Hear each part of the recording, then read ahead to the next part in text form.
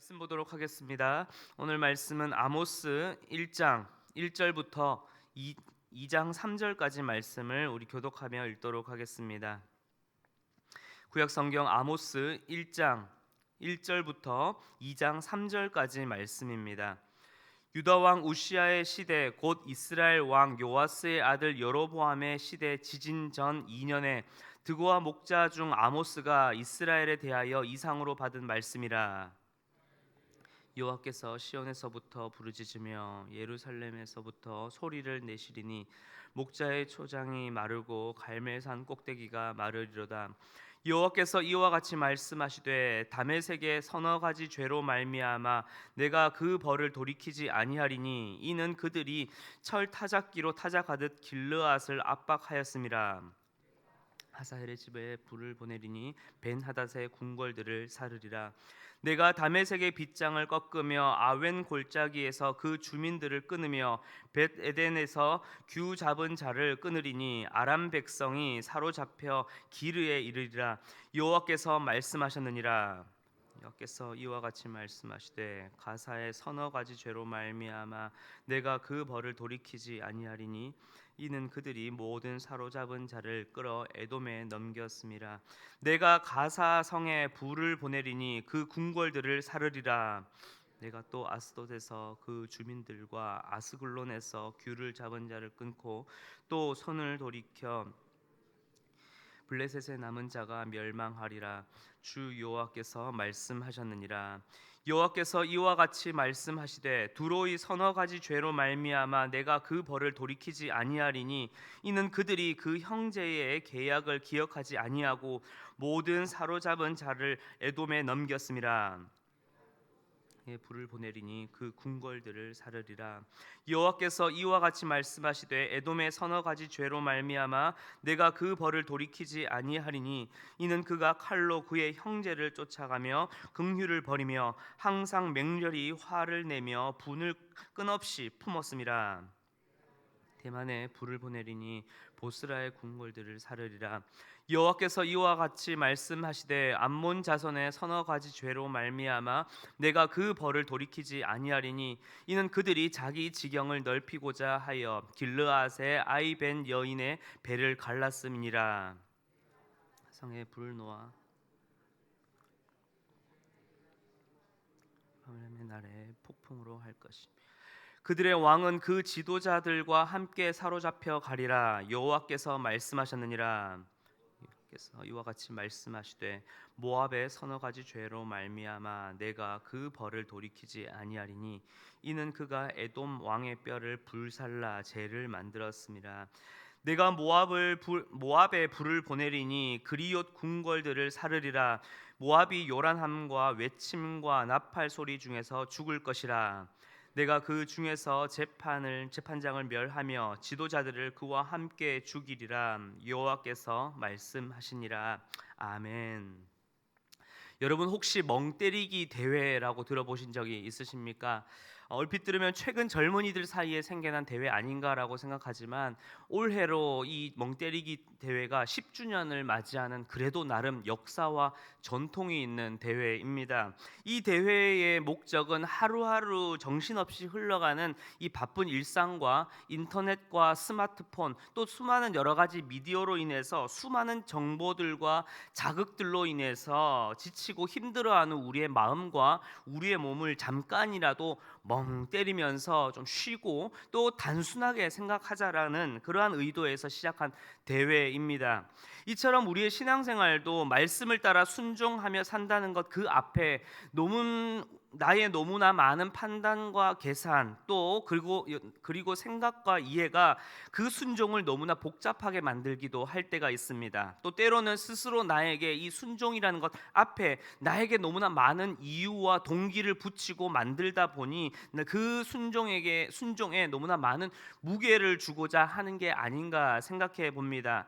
순종은 때로는 단순하게 순종할 때가 더 은혜로운 법이 될 수 있을 것 같습니다. 오늘 말씀에서 등장하는 이 아모스 선지자는 유다 왕으로는 이 우시아 왕 시기였고 북이스라엘로는 이 여로보암 2세가 통치하던 시대에 특별히 여로보암 2세를 하면 북이스라엘 역사상 가장 태평성대했던 왕이었죠. 이 왕이 다스릴 때에 독특하게도 남유다 출신의 선지자였지만 북이스라엘을 향하여 예언을 하였던 선지자입니다. 그런데 오늘 첫 장부터 하나님의 말씀이 이 북이스라엘을 향하지 않고 주변에 있는 이 7 국가들 다메섹과 가사, 두로, 그리고 에돔과 암몬, 모압, 마지막으로 이 바로 옆에 있는 주변 국가인 유다, 남유다까지 이 7개의 국가들을 향하여 서너 가지의 이 죄와 심판에 대해서 말씀을 하고 있습니다. 왜 그렇게 시작을 하는 것일까요? 훈련소나 군에 가게 되면 총기를 받고 제일 먼저 하는 것이 이 0점 사격이라는 것입니다. 쉽게 말해 사수가 보고 있는 이 조준기의 이 조준선과 발사된 이 총알의 탄착군을 일치시키는 것입니다. 그러기 위해서는 한 3발 정도씩 계속 나누어서 사격을 하면서 흐트러진 이 조준기를 좌로, 우로 아니면 위로, 아래로 조정을 하면서 이 그 조준선과 총알의 궤도의 이 탄착군과 일치를 딱 시키는 것이죠. 그리고 나서야 주변을 쏘던 이 총알이 자신이 원하는 그 조준점에 딱 맞아 들어가게 되는 겁니다. 이처럼 북이스라엘에 대한 심판 예언에 앞서 주변 국가들의 이 죄와 심판에 대해서 고발을 하는 것은 이러한 하나님의 경고와 심판이 북이스라엘에게도 언젠가 너에게도 딱 맞아 들어갈 거야 라고 하는 이러한 경각심을 불러일으킴을 위함인 동시에 다음 장에서부터 본격적으로 조준하고 있는 이 북이스라엘에 대한 심판 예언에 대한 예고편인 것입니다. 그렇기 때문에 북이스라엘은 바로 이 아모스를 통한 하나님의 경고와 심판을 매우 무겁고 엄중한 자세로 받아들여야 합니다. 그런데 이 북이스라엘은 어떠했을까요? 앞서 잠시 말씀드렸지만 이 하나님의 무거운 경고를 듣기에 아무런 준비를 하지 않고 있었던 것입니다. 지금 북이스라엘은 여로보암 2세를 왕으로 세우면서 북이스라엘 어찌 보면 최전성기를 맞이하고 있습니다. 또 영토적으로 또 이 하맛 어귀에서부터 아라바 광야까지 가장 넓은 영토를 가지게 되었고 또 그만큼이나 그 나라에는 부와 경제적으로 또 국제 정세적으로 말 그대로 태평성대를 이루었던 아주 부요한 때가 바로 이 여로보암 2세의 때였습니다. 그러니 그들의 귀에는 어떠한 경고의 소리도 들려오지 않는 것이죠. 우리가 잘 사는데 무슨 심판이 있겠어? 우리가 이렇게 힘이 있는데 무슨 하나님이 필요할까라고 그렇게 교만하게 굴면서도 여전히 그들은 우상 숭배와 죄에 대한 만행들을 포기하지 않고 여전히 멈추지 않고 저지르고 있었다라는 것입니다. 그래서 하나님께서는 이 아모스라고 하는 이 선지자를 택하셔서 남유다에서 북이스라엘까지 그를 보내십니다. 이 아모스 선지자의 본래 직업은 이 양이나 염소를 치는 목자이면서 우리 뽕나무라고 불리는 이 돌무화과를 재배하는 농부입니다. 그래서 얼핏 우리가 또 알고 있는 것으로 보게 되면은 아모스는 농부이니까 참 가난하고 어려운 직업이었겠다라고 생각할 수 있을 것 같습니다. 그런데 여러 자료들과 고대 문헌을 좀 살펴보면 자신을 소개하고 있는 자기를 1장 1절에서 목자라고 하는 이 단어 속에 여러 목자들을 밑에 두고 관리하는 이 주인 목자, 그러니까 이 주인 목자라는 뜻을 가지고 있고 또 양과 짐승 떼를 사고 파는 이 상인이라는 의미도 함께 좀 포함이 되어 있습니다. 그러니 이 아모스는 그렇게 막 가난한 목자가 아니라 그래도 나름 목자 경영주 정도 된다라고 볼 수 있겠습니다. 또 아모스가 재배하는 이 뽕나무라 불리는 이 돌무화과가 당시에 이 가난한 자의 과일로 많이 알려져 있었기 때문에 여기서부터 아마도 아모스가 가난한 농부였지 않았을까라고 오해를 하기도 합니다. 그러나 돌무화과는 당시 짐승들의 사료로 많이 사용을 했습니다. 즉 아모스는 많은 짐승들을 소유하고 있었기 때문에 그 가축들을 먹일 이 사료 농장까지도 경영을 하면서 보내었던 일종의 한 중상류층 되는 농부와 목자가 아니었을까 추측해 봅니다. 거기에다가 오늘의 말씀처럼 이 빼어난 글솜씨와 북이스라엘의 어떤 국제 정세에 대해서도 너무나 잘 알고 있었고, 또 이 상황에 대해서 해박한 하나님의 지식을 가지고 있었기에 절대로 뭐 무식하거나 아니면은 못 배운 아니면 가난한 농부는 아니었을 것입니다. 제가 이 이야기를 왜 이렇게 길게 이야기를 했을까요? 아모스의 이름의 뜻은 무거운 짐을 진 자, 무거운 짐진 자라는 뜻입니다. 아모스의 상황만 보면 아모스는 굳이 선지자로 북이스라엘에게까지 가면서 위험과 어려움을 부담을 감수하지 않아도 되는 자입니다. 또 제사장이나 나시린 또는 선지자들처럼 어떠한 오늘날의 어떤 신학생처럼 준비된 자도 아니었습니다. 그렇기에 그는 하나님의 부르심이라고 하는 그러한 무게를, 그러한 무거운 짐을 굳이 질 필요도 없었고 그냥 자신의 믿음만 잘 지키면서 먹고 살아도 되는 자였을 것입니다. 그러나 그에게 찾아온 하나님의 말씀과 그 이상 예언은 그의 마음을 어떻게 했을까요? 무겁게 했고 큰 부담감으로 다가왔을 것입니다. 이유 말씀이지만 잠시 언급하면 아모스 7장 14절과 15절을 제가 쉬운 성경으로 읽어드리겠습니다. 나는 예언자도 아니고 예언자의 아들도 아니다. 나는 단지 목자이며 무화과 나무를 기르는 사람일 뿐이다. 그러나 여호와께서 양떼를 치던 나를 불러내셔서 가서 내 백성 이스라엘에게 예언하여라라고 말씀하셨다.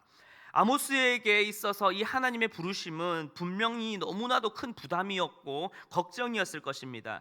또 그것을 선택했을 때 너무나 수많은 위험 요소와 자신에게 가지고 있었던 지금까지 일구었던 어떤 자신의 사업, 자신의 농장, 자신의 목양들, 그 잃을 것들을 감수해야만 했기에 수많은 계산과 수많은 생각, 수많은 요소들이 고려되었을 것입니다. 그러나 아모스는 어떠하였습니까? 그 부르심을 어렵게 생각하지 않았습니다. 그냥 하나님이 나를 부르셨고 하나님이 나를 필요로 하셨고 하나님께서 내게 말씀하셨기에 그는 자신을 부르신 하나님을 믿고 그 무거운 짐마저도 어떻게 해요? 단순하게 생각했습니다. 그냥 순종하기로 결정을 한 것입니다. 그리고 이제 아모스는 어디로 향하게 됩니까? 북이스라엘로 향하게 됩니다. 그 북이스라엘은 어떠한 북이스라엘이었습니까?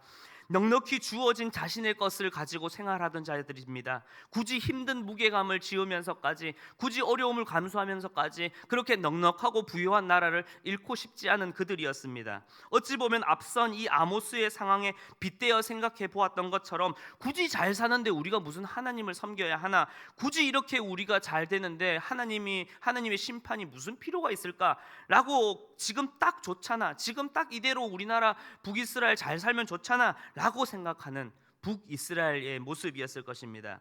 그러나 무거운 하나님의 경고를 듣는 북이스라엘은 어떠해야 하겠습니까?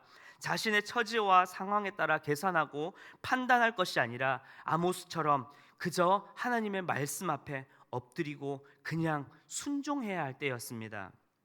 주 안에서 사랑하는 성도 여러분, 오늘 아모스의 말씀을 이제 시작을 하게 되면서 두 가지를 함께 묵상해 보며 기도하였으면 좋겠습니다.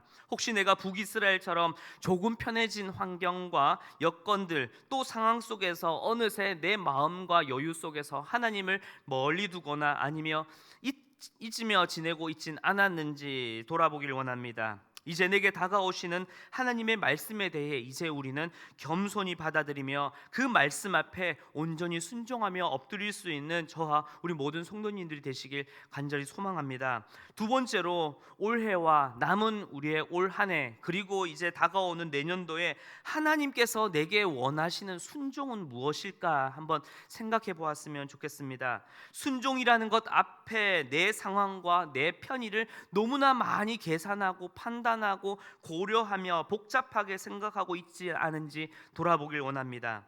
때로는 단순한 순종, 단순히 순종할 때가 더 큰 은혜를 받을 수 있는 법입니다. 왜요? 내 여건 생각하고 그런 모든 것들을 고려하면 아무것도 할 수 없을 텐데, 믿음으로 순종했을 때 내 생각과 계산보다 훨씬 그 이상으로 일하시는 하나님의 손길을 바로 우리는 순종하였을 때 경험할 수 있기 때문입니다. 이제 순종의 순간, 순종의 그 자리 앞에서 나의 계산과 나의 지혜로 그 길을 찾기보다 순종이 나에게 준 그 은혜를 먼저 떠올리는 여러분들이 되길 소망합니다. 그 순종은 무엇입니까? 바로 나를 위해 수많은 비난과 고통과 죽음까지, 그 모든 무게까지도 다 개의치 않으시며 십자가에서 온전한 순종을 보여주신 예수 그리스도의 그 순종이 나에게 향하고 있다는 것을 바라보셨으면 좋겠습니다.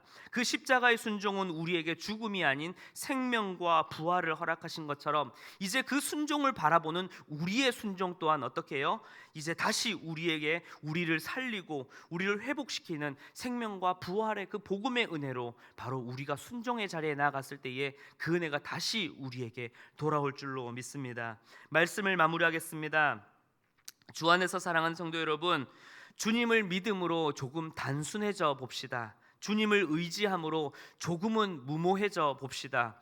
그때 우리는 우리의 단무지, 뭔가 떠오르지 않으십니까? 단순하고 무모하게, 그리고 그렇게 행했을 때 때로는 내가 지 맞은 성격, 성품, 나의 연약함, 나의 이 부족함까지도 어떻게 해요? 그분께서는 은혜로 나를 덮어주시고 사랑으로 붙잡아 주실 줄 믿습니다. 바로 언제서요? 조금 단순하지만, 조금 무식하지만 부족한 나를 순종의 자리로 나아 보냈을 때에 하나님께서는 그 사랑과 은혜를 나를 덮어주시고 그곳에서 그 하나님의 놀라운 은혜를 경험할 수 있을 것입니다. 함께 기도하겠습니다. 사랑과 은혜가 풍성하신 주님, 참으로 감사를 드립니다. 아모스 말씀을 시작하면서 우리의 자신을 다시 한번 되돌아봅니다. 주님, 우리가 조금 편안한 환경, 조금 나아진 환경 속에서 하나님을 잊은 채 북이스라엘처럼 그렇게 내 부요함과 나의 편안함 속에서 머물러 있는 나의 신앙, 그렇게 하나님을 잊은 채 살아가는 나의 모습이 있진 않았는지 돌아봅니다. 또한 더 나아가 아모스의 말씀을 바라보며, 하나님, 오늘 나에게 주신 순종의 자리는 어디입니까? 내년에 내가 기대하고 하나님께서 부르시는 순종의 자리는 어디입니까? 주님, 끊임없이 묵상하며 고민하는 내가 되게 하여 주시옵소서. 그 순종함 앞에 나의 생각과 계산과 판단으로 끊임없이 고민하고 계산하며 그것을 나의 편의에 대해서 끊임없이 설계하는 내가 아니라, 때로는 단순하게, 때로는 무모하면서도, 그러나 나의 모든 이 연약함까지도 사용하시는 하나님의 놀라운 사랑에 의지하여 조금은 단순하게, 조금은 무모하게 믿음의 그 순종의 자리로 나아가, 이제는 그 순종의 자리에서 먼저 순종하심으로 나에게 은혜를 보여주신 예수 그리스도의 그 놀라운 사랑을 바라보며 그 은혜를 향하여 오늘도 내일도 내년 한 해도 믿음으로 담대히 순종하는 내가 될 수 있도록 주여 은혜 더하여 주시옵소서. 감사를 드리며 살아계신 예수 그리스도의 이름으로 기도하였습니다. 아멘.